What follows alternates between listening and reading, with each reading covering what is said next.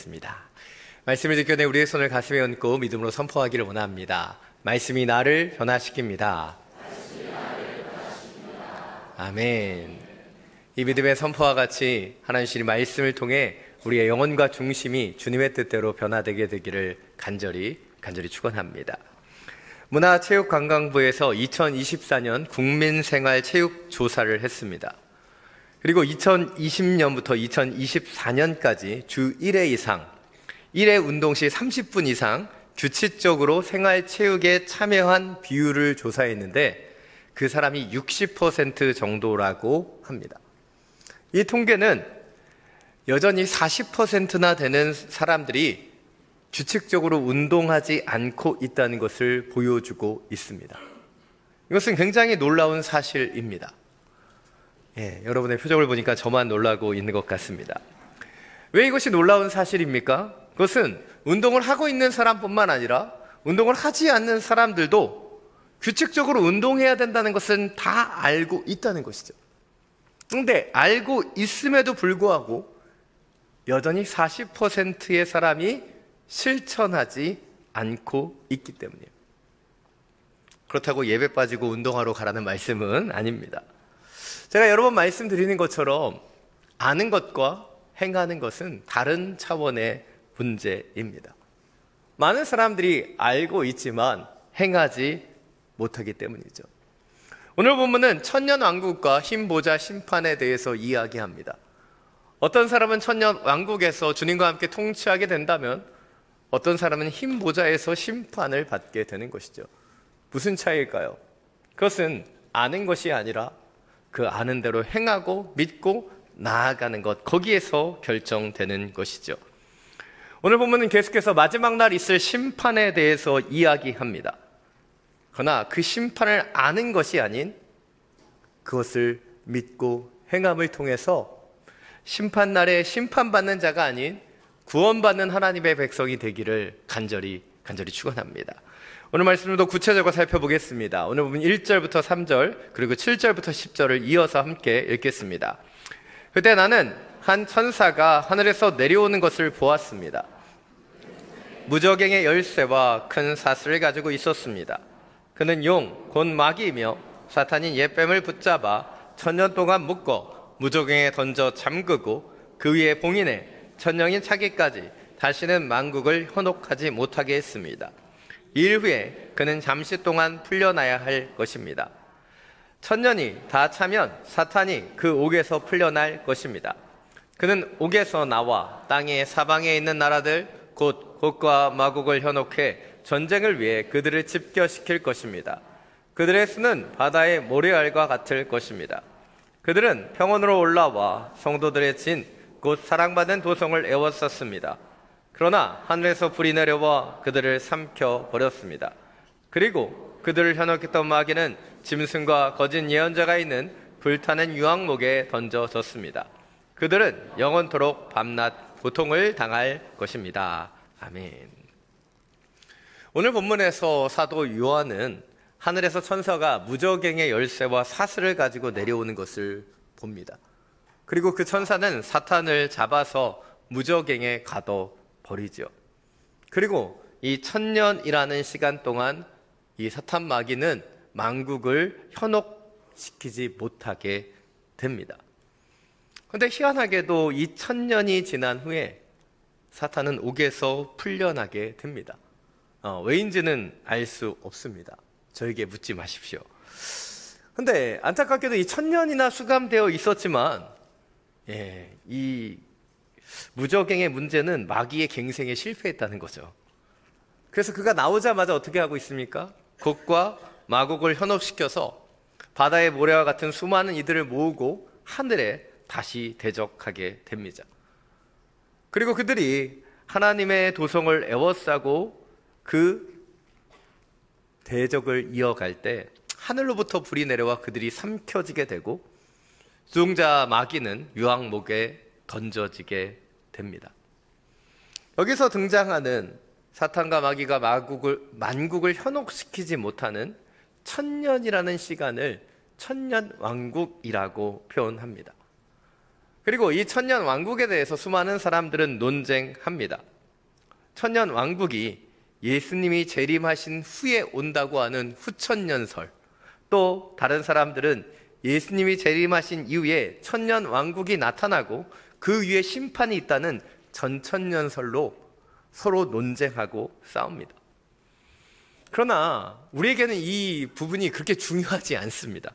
왜냐하면 천년 왕국이 언제 어떻게 임했느냐, 그것보다 더 중요한 것이 왜 사도 바울이 이 천년 왕국에 대한 이야기를 우리에게 전하여 주었는가 하는 것이죠. 그것은 우리를 괴롭히는 사탄 마귀의 최후를 보여주는 것이고, 하나님의 사람들이 영광을 얻게 된다는 것을 이야기하고 있기 때문이에요. 지금도 사탄 마귀의 유혹은 계속되고 있습니다. 그러나 중요한 것은 우리가 그들의 유혹과 공격을 보는 것이 아니라 이 모든 것을 능히 이겨낼 수 있는 힘과 권세를 주시는 예수 그리스도를 바라보아야 한다는 것이죠. 그런데 어떤 사람들은 이렇게 얘기합니다. 왜 하나님은 여전히 사탄을 내버려 두시는가? 그래서 왜 우리를 유혹하게 두시는가? 또 어떤 사람들은 이렇게 질문합니다. 왜 하나님은 아담과 하와가 선악과를 먹고 죄를 짓도록 선악과 자체를 만드셨는가? 이런 질문들을 합니다. 제가 다 청년 때 했던 질문이죠. 그런데 왜 하나님이 사탄을 허락하셨을까요?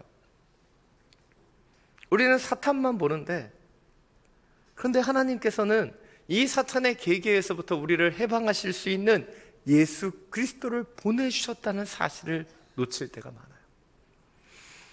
우리는 선과 악을 알게 하는 이 선악과를 바라보며 질문하는데, 그러나 에덴 동산의 중앙에는 이 선악과를 가리는 생명나무가 꽃피어 있었다는 것을 보지 못하는 거예요. 우리는 자꾸자꾸 사탄의 공격, 유혹, 천년 후에 왜 사탄이 다시 풀려나는가, 거기에 주목해요. 그러나 우리가 더욱더 바라봐야 되는 것은 무엇입니까? 이 사탄의 유혹보다 더욱 큰 하나님의 권세와 권능이 우리 가운데 함께 하시고 예수 그리스도의 능력으로 우리가 이것을 능히 이겨낼 수 있다는 것이죠. 이것이 오늘 첫 번째 포인트입니다. 우리는 사탄 마귀의 유혹과 공격을 바라보는 것이 아니라 이 모든 유혹과 공격을 능히 이겨낼 수 있는 예수 그리스도 그 십자가의 능력을 바라봐야 되고, 영적인 전쟁에서 승리할 수 있어야 되는 거예요. 그런데 자꾸자꾸 우리는 어려운 것, 힘든 것, 그 책임을 하나님께 전가하려고 합니다. 예전에 그런 이야기도 들었습니다. 나는 태어날 때부터 죄인으로 태어났기 때문에 죄에 대해서 나는 책임이 없다.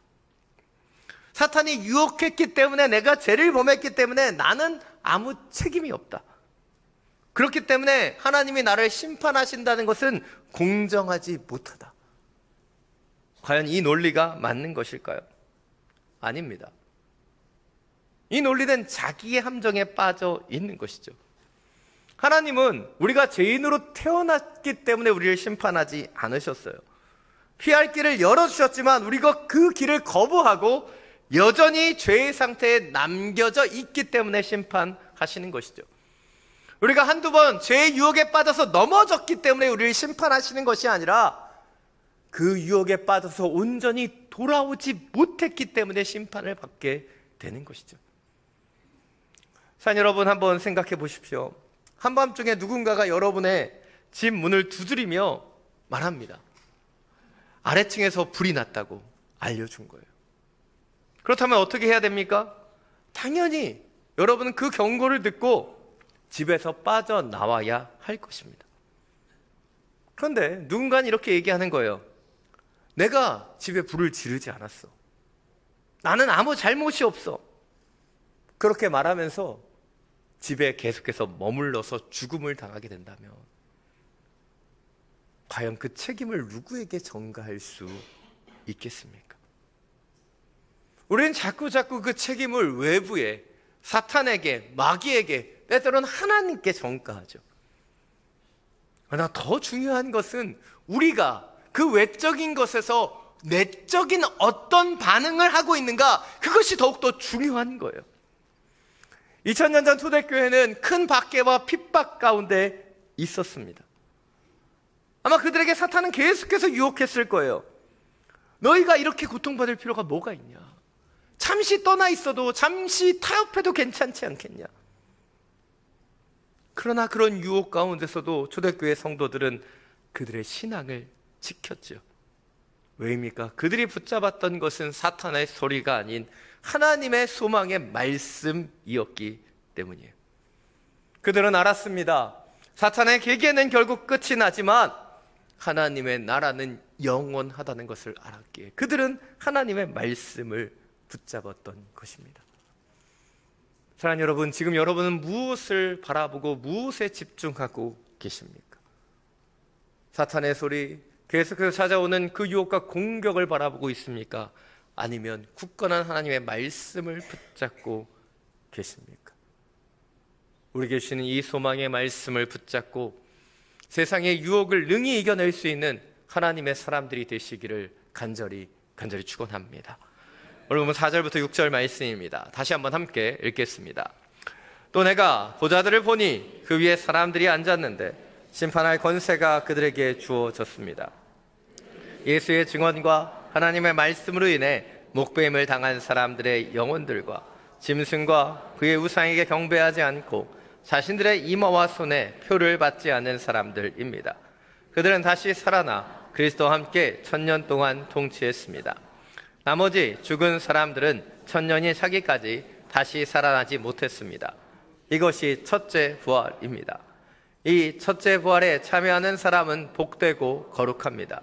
이들에게는 둘째 사망이 아무 권세도 갖지 못합니다.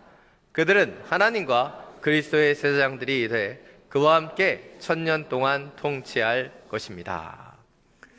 오늘 보면은 1000년 왕국에 대해서 조금 더 구체적으로 묘사합니다. 앞선 본문에서는 1000년 왕국이 사탄과 마귀가 무적행에 갇혀서 더 이상 만국의 백성들을 현혹시키지 못하는 때를 말한다면, 방금 읽은 본문에서는 바로 이 1000년 왕국이라고 하는 것은 예수 그리스도를 증언함을 통해 순교를 당했던 영혼들이 부활하여 그리스도 예수와 함께 통치하는 시간임을 이야기하고 있는 것이죠. 그리고 사도 요한은 죽임당했던 순교자들이 육체로부터 부활한 것을 첫째 부활이라고 칭하고 있고, 이들은 거룩하고 복되다고 말하며 이 둘째 사망이 그들을 통치할 수 없다고 증언하고 있습니다. 다시 말해서 순교자들은 육체적으로 부활해 1000년 왕국을 통치하는 동안 그들에게 어떤 영적인 죽음도 찾아올 수 없다고 말하고 있는 것이죠. 비록 이들이 세상에서는 고초를 당하고 핍박을 당했지만 결국 하나님은 그들의 모든 수고와 노력을 아시고 그들에게 보응해 주시고 있다는 것을 오늘 본문은 이야기하고 있는 거예요. 2000년 전 초대교회 성도들, 그들은 사도 요한을 통해서 이 계시록의 환상의 말씀을 들었고 붙잡았어요. 그리고 핍박과 박해 속에서도, 고통과 아픔 속에서도 장차올 그 영광을 바라보며 소망으로 나아갈 수 있었던 것이죠. 우리 그리스도인들도 지금 현재의 고난 속에 갇혀 있어서는 안 됩니다. 우리의 눈을 들어 하나님을 바라보며 하늘의 영광을 바라보며 소망할 수 있는 그런 하나님의 사람들이 되어야 하는 것이죠. 이것이 오늘 두 번째 포인트입니다. 우리는 현재의 고난 속에 매여 있는 것이 아닌 장차올 영광을 바라보며 소망으로 설 수 있어야 한다는 거예요. 그 소망을 붙잡을 때 우리는 진정으로 영적인 전쟁에서 승리할 수 있게 되기 때문이에요. 예전에 이순신 장군에 대한 다큐멘터리를 본 적이 있습니다. 우리는 이순신 장군 하면 명랑해전을 통해 12척의 배로 333척의 외적의 함대를 물리친 장면을 기억합니다. 그러나 그것은 최악의 상태에서 극적인 승리를 얻은 것이죠. 그러나 해상전을 전문으로 하는 전문가들이 이순신 장군이 거두었던 다른 승리들을 보면 늘 우세한 전력을 유지하면서 적을 흩어뜨리고 기습으로 전략적인 우위에 서서 승리할 수 있었다라고 분석합니다. 이 다큐멘터리에서 해군사관학교 임호민 교수는 이렇게 얘기합니다. 전쟁은 우연이 아니라 과학이다. 승리할 만한 위치에서 승리할 조건을 두루 갖췄을 때 이기는 것이 전쟁이다. 반대로 약할 때 전쟁하면 백전백패하고 만다. 강한 전력과 유리한 조건을 유지해야 전쟁에서 승리하게 된다. 이 부분은 신앙생활에서도 분명하게 적용되어야 합니다. 우리는 사탄 마귀와 영적인 전쟁을 늘 하고 있어요. 그러나 이 전쟁에서 승리하기 위해서 우리 가운데 필요한 것, 그것은 승리할 만한 힘과 승리할 만한 조건을 갖추는 것이죠. 이 전쟁에서 승리하기 위해서 우리는 그러하게 이 핵심을 놓쳐서는 안 되는 거예요. 에베소 6장 11절부터 13절 말씀입니다. 자막을 통해서 함께 읽겠습니다. 마귀의 계략에 대적해 설 수 있도록 하나님의 전신갑주를 입으십시오. 우리의 싸움은 혈과 육에 대한 것이 아니라 권력들과 권세들과 이 어둠의 세상 주관자들과 하늘에 있는 악한 영들에 대한 것이기 때문입니다. 그러므로 하나님의 전신갑주를 입으십시오. 이는 여러분이 악한 날에 능히 대적하고 모든 것을 행한 후에 굳건히 서기 위한 것입니다. 아멘. 영적인 싸움은 우리의 혈과 육으로 하는 것이 아닙니다. 하나님의 전신갑주를 입고 하나님이 주신 능력으로 싸울 때 우리는 승리하게 되는 것이죠. 2000년 전 초대교회 그들은 이 말씀을 붙잡았고 이 말씀을 통해 소망을 회복했습니다. 그러나 그들을 향한 로마의 핍박과 박해는 계속되었죠. 그러나 그들은 흔들리지 않았습니다. 왜냐하면 때가 되면 사탄은 멸망할 것이고 하나님의 영광이 그들 가운데 임할 것을 알았기 때문이에요. 그 소망을 갖고 이 믿음의 선한 싸움을 계속해서 싸워갈 수 있었다는 거예요. 단테의 소설 신곡을 보면 지옥 입구에는 이렇게 적혀 있다고 합니다. 이곳에 들어오는 자 모두 소망을 포기하라. 지옥에 안 가봐서 모르겠습니다.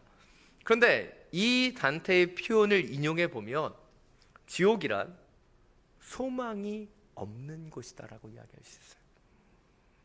반대로 천국에 나아가는 자들은 어떤 자인가? 하늘을 소망하고 주님의 통치를 소망하는 자들, 그들에게는 천국이 임하게 되는 것이죠. 사랑 여러분, 왜 우리가 주님을 소망해야 합니까? 그것은 우리의 힘, 우리의 능력은 바로 하늘에 있기 때문이죠. 그 소망을 붙잡고 이 세상의 영적인 전투에서 능히 승리하고 하늘로 나아갈 수 있는 하나님의 사람들이 되시기를 간절히 축원합니다. 오늘 마지막으로 11절부터 15절 말씀 함께 읽겠습니다. 또 나는 희고 큰 보좌와 그 위에 앉으신 분을 보았습니다. 땅과 하늘이 그의 얼굴 앞에 사라지니 흔적도 찾아볼 수 없었습니다. 그리고 나는 큰 사람이든 작은 사람이든 죽은 사람들이 그 보좌 앞에 서 있는 것을 보았습니다. 책들이 펼쳐 있는데 또 다른 책 곧 생명의 책도 있었습니다. 죽은 사람들이 책들 안에 기록된 대로 심판을 받았는데 그 안에는 그들의 행위가 기록돼 있었습니다.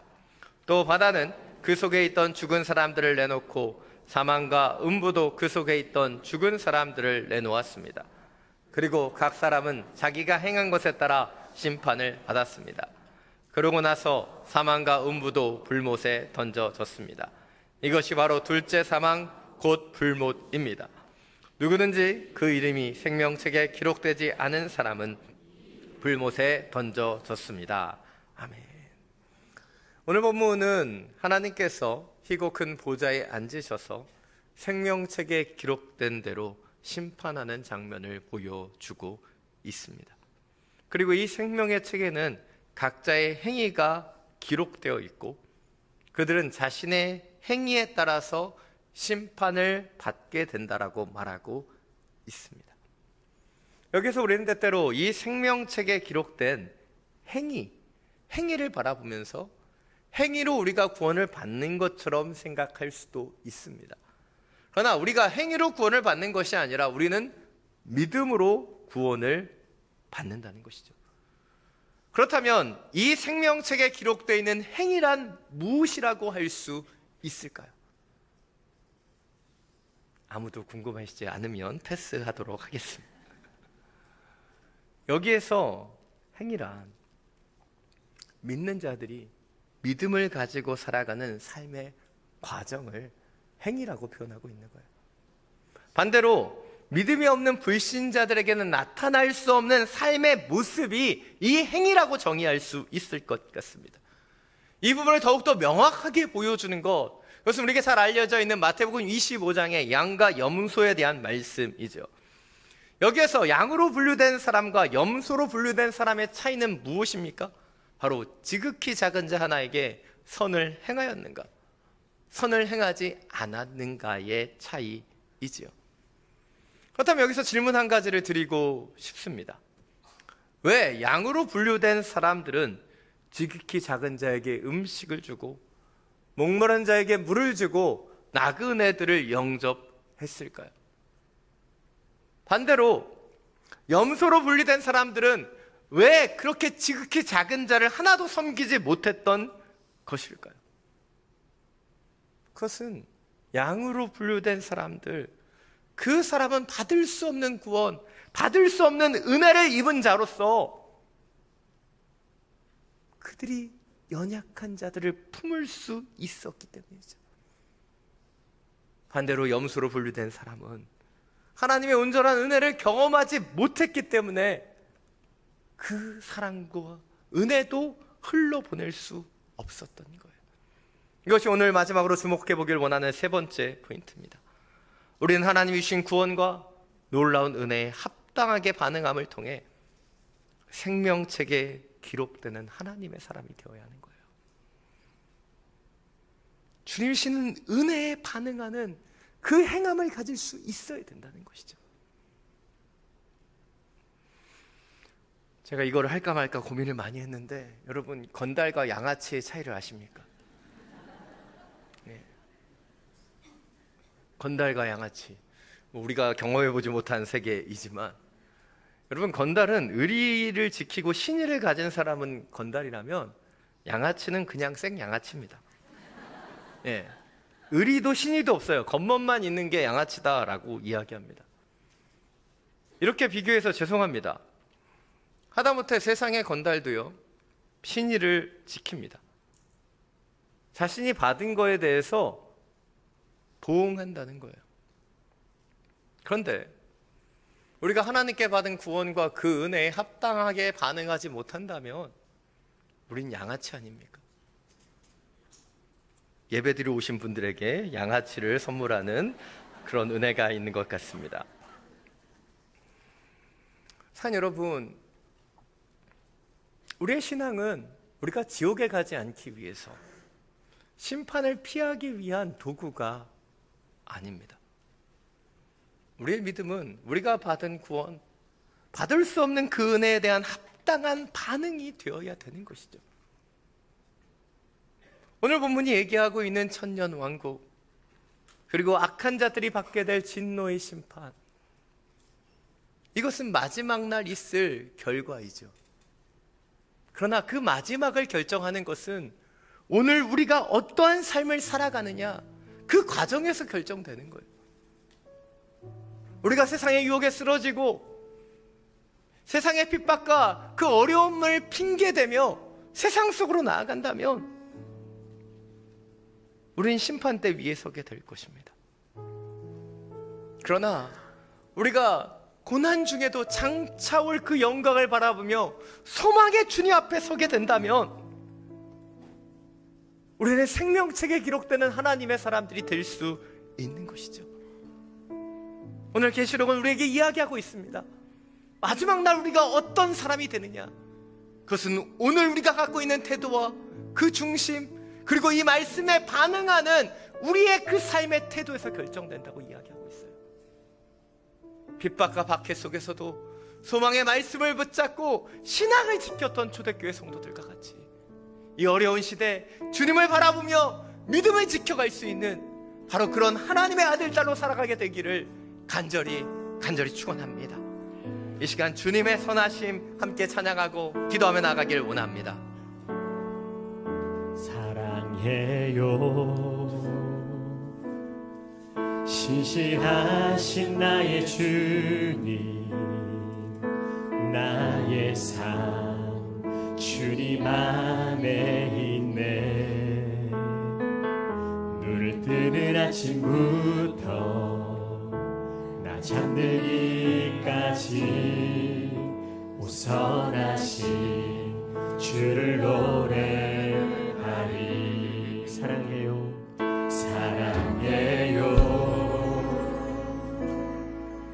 나를 인도하신 주님, 고난 중에도 나와 함께 하셨네.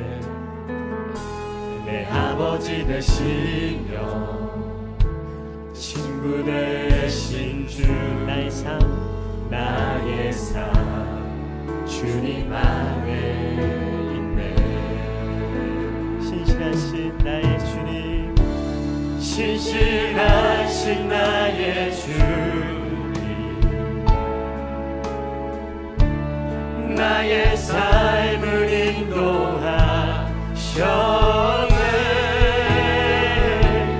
나의 모든 오름 가에 우선하신 주를 노래하리. 신실하신 나의 주님, 신실하신 나의 주님, 나의 삶을 인도하셨네. 나의 모든 오름 나의 우선하신 주를 노래하니. 주님의 선하심이 날 인도하시네. 주님의 선하심이 날 지켜주시네. 주께 엎드려 나의 모든 삶 주님께 드리네. 주님의 선하심이 날 인도하시네. 아멘. 주님의 선하심이 날 인도하시네. 주님의 선하심이 날 지켜주시네. 주께 엎드려 나의 모든 삶 주님께 드리네. 주님의 선하심이 날 인도하시네. 아멘. 신실하신 나의 주님, 나의 삶을 인도하셨네. 나의 모든 오름 가에 우선하신 주를 노래하리. 신실하신 나의 주님, 신실하신 나의 주님, 나의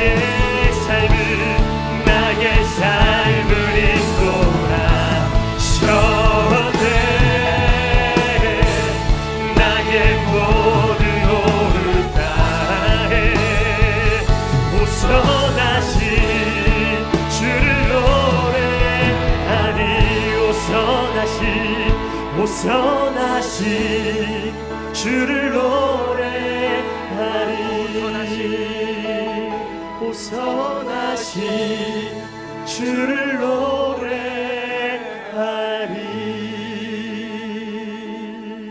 이 시간 함께 기도하며 나아가기를 원합니다. 사랑하는 여러분, 지금 여러분은 무엇을 바라보고 무엇을 주목하고 계십니까? 우리의 고난, 아픔, 문제, 부정적인 부분들과 두려움과 연약함들만을 바라보고 있지는 않습니까? 오늘 말씀을 통해 주는 우리에게 얘기하고 계십니다. 신실하신 주님이 우리와 함께 하시며 그분의 그 통치 가운데 우리가 이 사탄 마귀의 계계를 능히 이겨낼 수 있는 하나님의 사람임을 이야기해주고 계시는 거예요. 이 시간 우리가 고백한 이 찬양처럼 주님 당신의 신실하심을 믿습니다.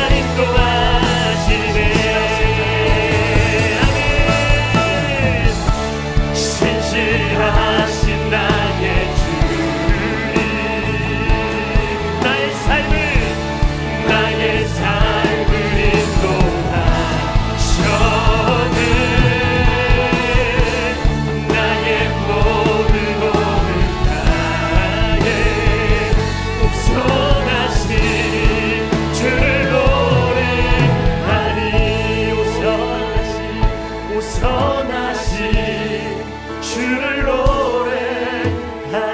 오 선하신 주를 노래하리. 오 선하신 주를 노래하리.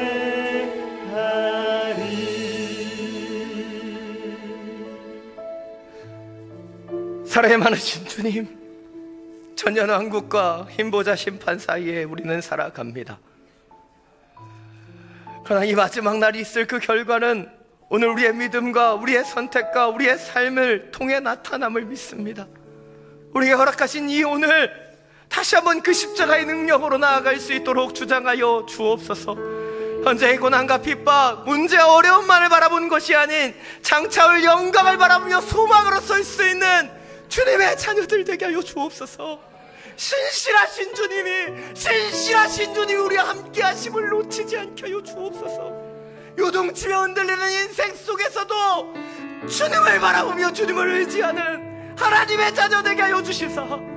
주님의 선하심이 우리를 인도하시고 통치하시며 역사하심을 놓치지 않는 하나님의 자녀들 되게 하여 주옵소서. 주님 주신 은혜에 반응하며 살길 원합니다. 주님 온전한 그 행위와 삶을 통해 이 생명책에 기록된 하나님의 자녀 되기를 원하오니 주여 주장하시고 역사하여 주옵소서.